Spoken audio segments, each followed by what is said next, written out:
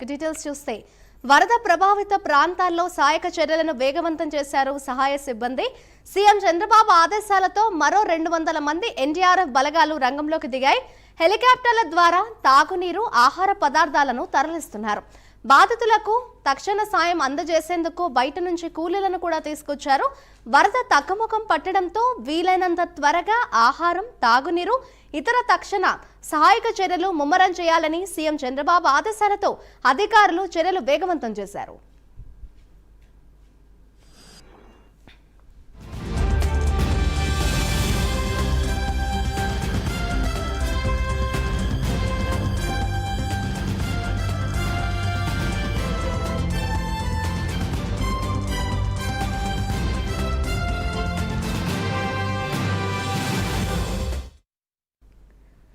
విజయవాడ వరద ప్రభావిత ప్రాంతాల్లో సహాయక చర్యలను వేగవంతం చేశారు సహాయక సిబ్బంది. దానికి సంబంధించిన బ్రేకింగ్ న్యూస్ చూస్తున్నాం.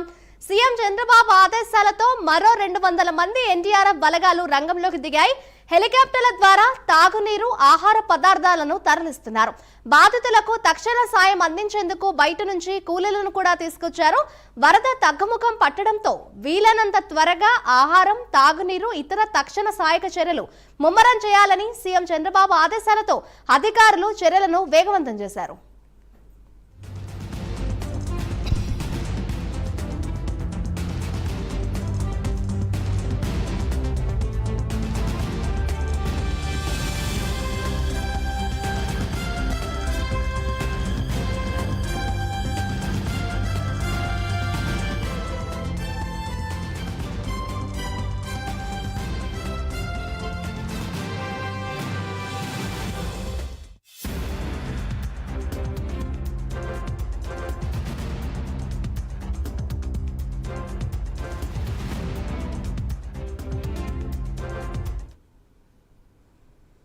నాగర్ కర్నూలు జిల్లాలోని కుమ్మర వద్ద నిర్మించిన వట్టం పంప్ హౌస్ నీట మునిగింది.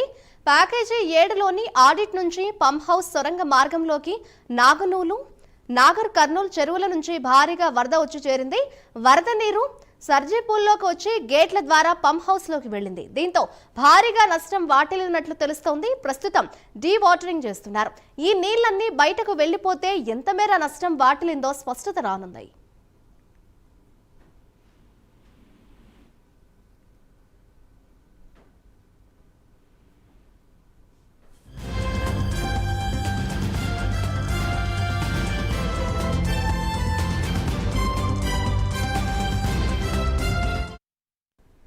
ఇదే అంశంపై మరింత సమాచారాన్ని మా ప్రతినిధి హరిశంకర్ అందిస్తారు. హరిశంకర్, చెప్పండి, ప్రస్తుతం ఆ పాలమూరు రంగారెడ్డి పంప్ హౌస్ అయితే నీట మునిగింది అంటున్నారు, డీ వాటరింగ్ చేస్తున్నారు అంటున్నారు. అంటే ఈ ప్రక్రియ ఎంత సమయం పట్టే అవకాశం ఉంది అని అనుకోవచ్చు అంటారు?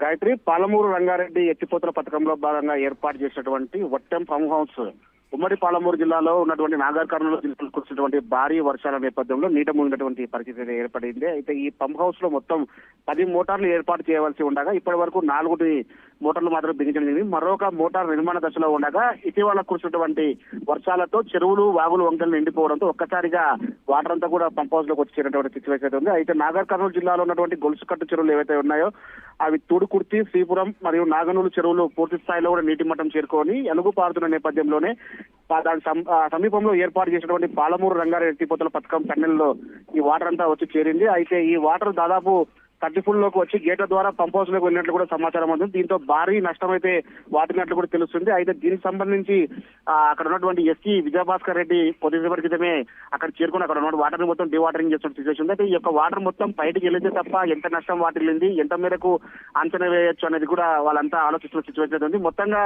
ఈ కురిసిన భారీ వర్షాల నేపథ్యంలో చెరువులు నిండిపోవడంతో ఈ వాటర్ అంతా కూడా ఒక్కసారి ఇక్కడ చేరిందని చెప్పి కూడా ఎస్సీ విజయభాస్కర్ రెడ్డి చెప్తున్న పరిస్థితి ఉంది. చూడాలి మరి కొన్ని గంటల్లో వాటర్ పూర్తి అవుతుందని చెప్పి ఒకవైపు అధికారులు చెప్తున్నప్పటికీ మరోవైపు ఆ వాటర్ అయితే మాత్రం ఇంకా లోపలికి వస్తున్నటువంటి పరిస్థితి నెలకొంది. చూడాలి మరి వాటర్ పూర్తయిన తర్వాత ఎంతవరకు నష్టం ఏర్పడింది, దాన్ని అంచనా వేసే పని అయితే మాత్రం ప్రస్తుతం పంప్ హౌస్ అధికారులు అయితే మాత్రం చూస్తున్నటువంటి సిచ్యువేషన్ అయితే ఉంది.